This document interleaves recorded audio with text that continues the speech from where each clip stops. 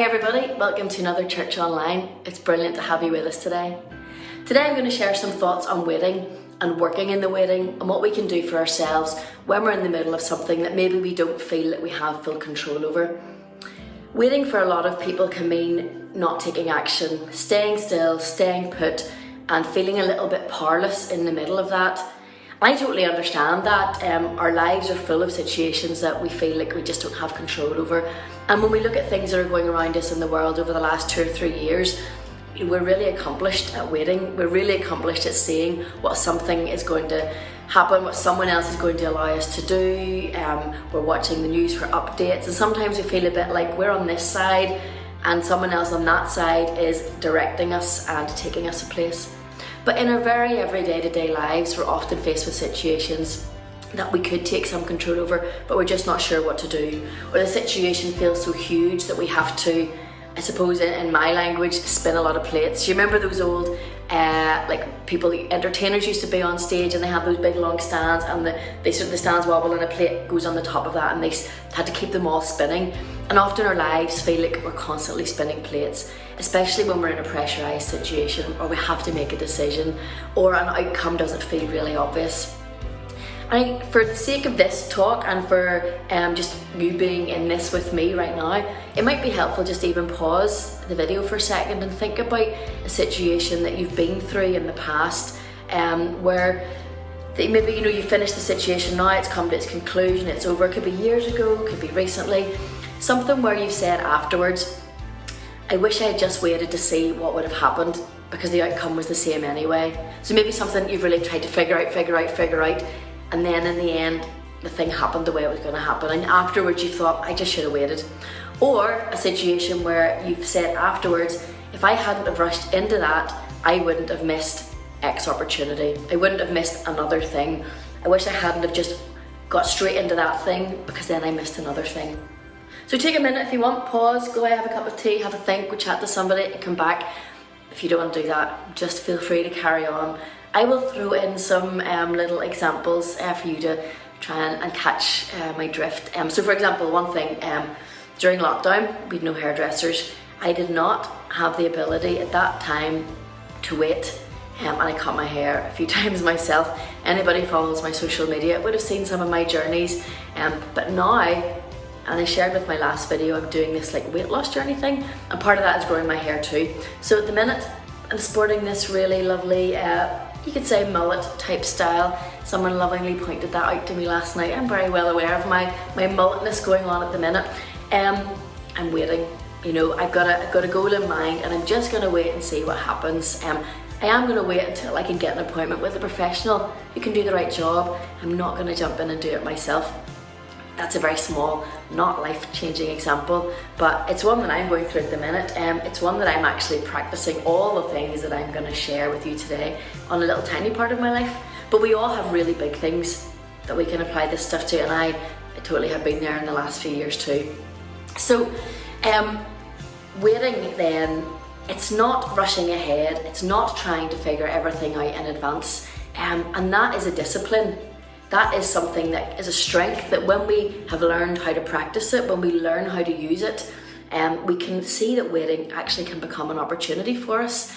It actually can become a time where we can sit, we can figure out how to get some peace in our lives, we can observe without having to be constantly spinning those plates, without having to juggle all those balls.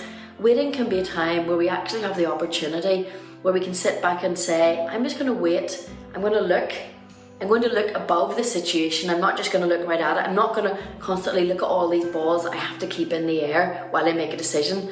I'm going to set some things down and take some time and see what happens. Not from just an observational point of view, but I'm going to bring some other stuff of my character to this because I believe there's a chance that the outcome might be different if I do this. And that is a very easy thing to say. That's something you could post online as an inspiration or as a revelational thought. But when you learn to figure this out and put it into your life, actually it's incredibly meaningful and it gives you that sense of control over your life that maybe you've been searching for. Sometimes I feel that when we're looking for that sense of control over life, it comes from a place of fear. We fear things, we fear outcomes, so we're trying to manage them all. We spin the plates, we juggle the balls, we make the decisions, we find the answers because We have a fear. It could be fear of failure. It could be, well, I'm not going to go into all the fears. You know what your fears could be. I know what mine could be. We all have them. But when we operate from that place of fear, what we do is then we don't allow ourselves to wait. We don't believe that we have the strength to stop a second. We don't believe that we are good enough or have what it takes. We don't trust ourselves to see what might happen if we wait. And so that's why I want to look at waiting as an opportunity. And I'm going to give you some little pointers on the way. So a brilliant piece of writing that's in the Bible, anybody who might have went to Sunday school or learned sort of Christian songs or is attending church might know it as the fruit of the Spirit. And you can find the passage about the fruit of the Spirit in Galatians 5 and verses 22 and 23. They are a list of characteristics. We could go into loads and loads of chat about those. There's a whole passage right before that talks about other ways of living that aren't helpful for us. But today we're going to think about this list, because in this list there are some brilliant things that we can look at. And I want to challenge maybe a little bit in this talk, just for a short time, of how we think about the fruit of the Spirit. So for those who may be accustomed to going to church and hearing sermons and thinking about the fruit of the Spirit, often we think about them as the result of going through something bad. You know, that we've gained patience because we've gone through a difficult situation, or we've had to choose love in a difficult time. But fruit for me, when I hear the word fruit, I don't think of something that is just an outcome, that is a byproduct, that is at least something we can be grateful for. I think of fruit as something that brings life, it brings nourishment, it does what it was supposed to do. An apple was always supposed to be an apple. It was planted with an apple tree with the purpose of becoming an apple. It wasn't just something that we can look at and go, oh, well, at least there's that. Like we can look at a weed, and we can sometimes see, I'm not really good at gardening, but maybe weeds have purpose, but we can see beauty in weeds. Sometimes they have flowers, sometimes they, I don't know, look pretty, or they fit a space or whatever. You can figure out your own ways to look at weeds, but we can look at a weed and say, oh, that's pretty, it's got a flower. But when you look at an apple, we know what we can expect from an apple. We planted an apple tree so that we would get apples. So when it comes to the fruit of the Spirit, sometimes I think as people who follow Jesus, who practice the Christian faith, that we treat the fruit of the Spirit as something that just happens as a byproduct of going through a difficult time. Now, I'm not saying anybody's got incorrect teaching or anything like that, but sometimes we can not put our full self into figuring out what the fruit of the Spirit is. And one I want us to focus on today a little bit is patience. Because patience is, people say patience is a virtue. For me, patience is a discipline. I'm sure you can think of when you were wee and you wanted, I don't know, like sweets or something, and your mum was like, be patient, wait till later, wait till dinner time, just be patient, have a little bit of patience. And you know those little phrases that as a kid you become accustomed to hearing, and probably as an adult and a parent maybe you've said those to other people. But patience is something that we find often that we have to do, but not that we choose to do. And I would love us to have a little bit of a challenge today about what would happen if we chose patience. What would happen if we chose to be patient and we learned to practice patience, so that when we came to a difficult situation, we then felt we had the strength to wait. So let's see if we can apply this to one of your maybe examples that you can think of. I'm going to run down the list of fruit of the Spirit, see if there's one that jumps out to you. I've chosen patience. You might think of another one for your situation. They are love, joy, peace, patience, kindness, goodness, faithfulness, gentleness, and self-control. Different interpretations, versions of the Bible will list those as slightly different words, but they all have the same root meaning. I've chosen the New Living Translation because I wanted to use the word patience, and they used it. So patience, for me, patience again for me is not a result, it's a discipline. It's something that I have learned to do for my own sake. It's something that I now can apply in advance as a tool for me. When I've got a situation that's coming up ahead of me, I now have trained myself to be able to sit and wait. That I'm not trying to manage all the outcomes, I'm not trying to go down every single path of what might happen so that I can be in control of every single one, because that's from my place of fear. I don't want to fail, or that I don't, whatever the fears are. For me, I now am able to be patient. I can now sit, I can wait, and it's given me the skill now to observe.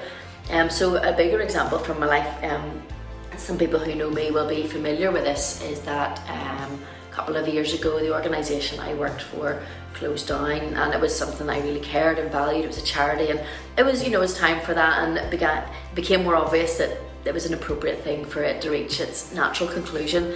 And I had a job in between, which was great, and I loved it, and then COVID hit and it kind of, you know, disrupted that. It didn't get to go where it needed to go, and I felt myself in a little bit of a, I suppose to use spiritual terms, a bit of a desert. I was wandering around, I couldn't see where to go, I didn't know what was next. And I'm someone that likes to work hard, and I like to work hard at something that is meaningful, you know, for me. I've made choices earlier in my life, you know, that have allowed me to do that. And, you know, I suppose I got to a place in my 40s where I felt like, I shouldn't be here now, you know. I shouldn't be having to rethink my whole life and my career in the middle of a COVID world where the opportunities maybe aren't the same. And so I applied for jobs, I had some interviews, but things that I wasn't really sure about. Good places, brilliant places to work for, places where I have really good connections with and you know, really value, but they just weren't right for me. And I had to just tell myself that at one point, stop looking for jobs, stop applying for jobs, stop scrolling through the job finders and all the places where I would find jobs that I'm interested in. Stop going there, stop trying to make things happen. And I am a person that makes things happen. I love to make things happen. I love to have a challenge that I can, you know, problem solve through and get to the end and go, that's good, that's so satisfying. But there's times, and I'm learning this, that that's just not the best response. Because if I make things happen, my attention is fully on the problem. It's fully on the issue, and I can't see what is around it because I can only see the problem because I'm just trying to fix it. And so what I've learned is to sit back. In that situation, I just waited. I couldn't make a job come out of thin air. I did do some self-employed work, you know, so I could pay the bills and do all that sort of stuff. I was more than happy to go and work in a shop or a petrol station or anywhere. You know, I knew there was a deadline coming when the money that I had put aside for this period was going to run out. So that was well in my mind, you know, we have bills to take care of, and you know, you get that. But I thought to myself, well, the worst that will happen is that I will apply for a job that isn't on my, you know, list of jobs I would love to do, you know, so that's the worst that can happen. And that allowed me just to sit back and wait. I worked hard at what I was doing. I just kept my eye out for opportunities. And then somebody shared a job on Facebook that I knew about the project because I just, you know, I had friends that were connected to it, and part of the project brought with it a job, and I was coming to Carrick, but I would never have considered it as something that I would be able to do, be interested in, or be able to even get an interview for. But I read it just because I thought, that's brilliant, we got that project in Carrick, that's class, I'll have a wee read. And then I read the job description and I thought, oh my goodness, I would love this job, this seems perfect for me. The skills that they're looking for seem to be what I'm passionate about, and you know, all that stuff. So I just took a leap and applied for it. Meanwhile, I had another job offer, and I was in that, you know, that place where I wanted to do the right thing by the people who had offered me the job, etc. But I knew that I could have easily missed that job, and looking back now, it's only been 6 months, looking back now I see that I could have missed that opportunity. So I'm so glad that the preceding years had taught me to wait, that I had chosen to practice patience, that I had chosen to set down looking for answers, and that I had all the rationale for looking for answers. I've got a deadline, I've got a budget, I've got bills, I need to work, you know, I could have 100% listed all the reasons why I needed to continue looking for work and pressing on. But I knew that that was coming from a place of fear and from me trying to manage and control everything. And I just learnt, no more of trying to control everything.